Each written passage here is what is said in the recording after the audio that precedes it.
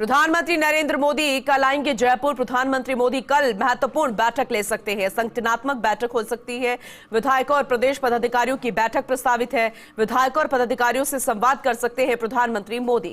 भाजपा मुख्यालय में शाम 5 बजे बैठक होनी है। लोकसभा चुनाव की तैयारी पर बात करेंगे, संदेश देंगे। पीएम मोदी एयरपोर्ट से सीधे पहुंचेंगे भाजपा मुख्यालय। पहले 6 जनवरी को एयरपोर्ट पर होना था पीएम मोदी का भव्य स्वागत कार्यक्रम। 7 जनवरी को बीजेपी प्रदेश कार्य समिति को संबोधित भी करेंगे गृह मंत्री अमित शाह। तो विधायकों और प्रदेश पदाधिकारियों की बैठक प्रस्तावित है। संगठनात्मक की बैठक है। प्रधानमंत्री नरेंद्र मोदी कल राजधानी जयपुर आएंगे। बेहद खास ये बैठक, उसकी तैयारियां की जा रही हैं। विधायकों और प्रदेश पदाधिकारियों की बैठक भी प्रस्तावित है। आपको याद होगा जब शपथ ग्रहण समारोह हुआ था तो मुख्यमंत्री भजनलाल शर्मा का शपथ ग्रहण समारोह और शिरकत की थी प्रधानमंत्री नरेंद्र मोदी ने। अल्बर्ट हॉल के बाहर एक खास आयोजन किया गया था, लेकिन अब उसके बाद शपथ ग्रहण के बाद पहली बार रुख होगा। बीजेपी की सरकार है राजस्थान में, मुख्यमंत्री बना लिए गए हैं, शपथ ग्रहण हो गया है, कैबिनेट का विस्तार हो गया है। ऐसे में प्रधानमंत्री नरेंद्र मोदी पहुंचेंगे।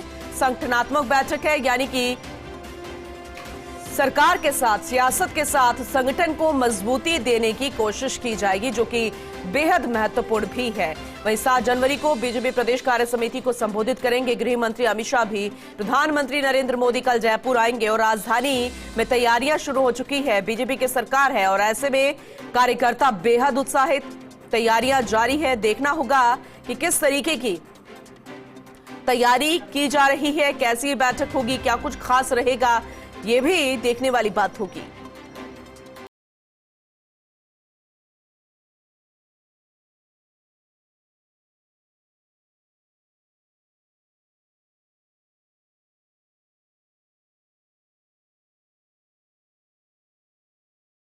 हमारे साथ जुड़ चुके हैं, ज्यादा जानकारी उनसे लेंगे। ऐश्वर्या, शपथ ग्रहण के बाद पहली दफा पहुंचेंगे प्रधानमंत्री नरेंद्र मोदी, तो बेहद खास पल होगा, यानी कि संगठन को भी मजबूती दी जानी है। अब इस संगठनात्मक बैठक को किसके मद्देनजर देखें, लोकसभा चुनावों के मद्देनजर या फिर ये रूटीन बैठक होगी? देखिए, प्रधानमंत्री मोदी अगर जयपुर आएंगे बिल्कुल फाइनली ही है। तो प्रधानमंत्री मोदी जयपुर में संगठन की बैठक लेते हैं जी, तो ये सामान्य नहीं, ये महत्वपूर्ण बैठक होगी, क्योंकि वो तमाम बातें वो संगठन के लोगों को कहकर जाएंगे जिनकी सबको प्रतीक्षा थी। क्योंकि चुनाव प्रधानमंत्री नरेंद्र मोदी के चेहरे पर ही जीते गए हैं और 5 राज्यों में यही स्थितियां हैं। प्रधानमंत्री मोदी ही चेहरा है और सभी राज्य, जो भी जिन राज्यों में चुनाव होते हैं उनमें प्रधानमंत्री मोदी ही चेहरा होते हैं।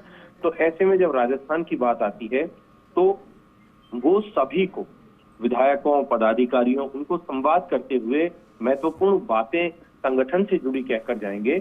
और वो सबसे महत्वपूर्ण अगर कोई बात है इन दिनों, तो राम मंदिर के अलावा जो फैसले लगातार इन लगभग 10 सालों में प्रधानमंत्री मोदी के नेतृत्व में हुए हैं, उन फैसलों पर भी अपनी बात कहेंगे। और एक संगठन के कार्यकर्ता को या विधायक को या मंत्री को किस तरीके से रहना चाहिए, आम जन सामान्य में किस तरीके का संदेश जाए और संगठन पर पकड़ मजबूत कैसे बनाए रखे, इस तरीके का मूल मंत्र देकर जा सकते हैं।